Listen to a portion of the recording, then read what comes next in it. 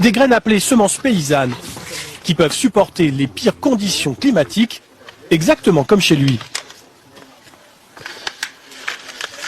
Les plantes, en fait, ce qu'elles ont appris au cours de leur vie, elles le transmettent à leurs descendants. Et quand je racontais ça il y a 15 ou 20 ans à des généticiens, ils me disaient non, ça peut pas marcher comme ça. Mais ces dernières années, la tendance s'inverse. Des chercheurs en agronomie comme Isabelle Goldringer ont largement reconnu la qualité d'un tel travail.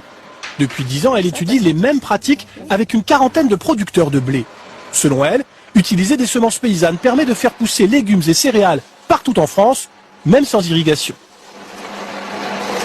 Les variétés paysannes, elles sont plus rustiques et on va développer des variétés un petit peu différentes en montagne, en altitude, dans la plaine, dans les zones plus sèches, dans les terres peu profondes.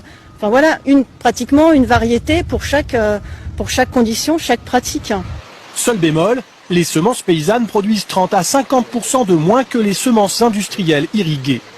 Pour intéresser les agriculteurs, il faut donc que les économies d'eau réalisées compensent la baisse de rendement. C'est ce que vient d'essayer ce producteur de maïs du sud-ouest. Ici, la région est frappée par des canicules de plus en plus fréquentes.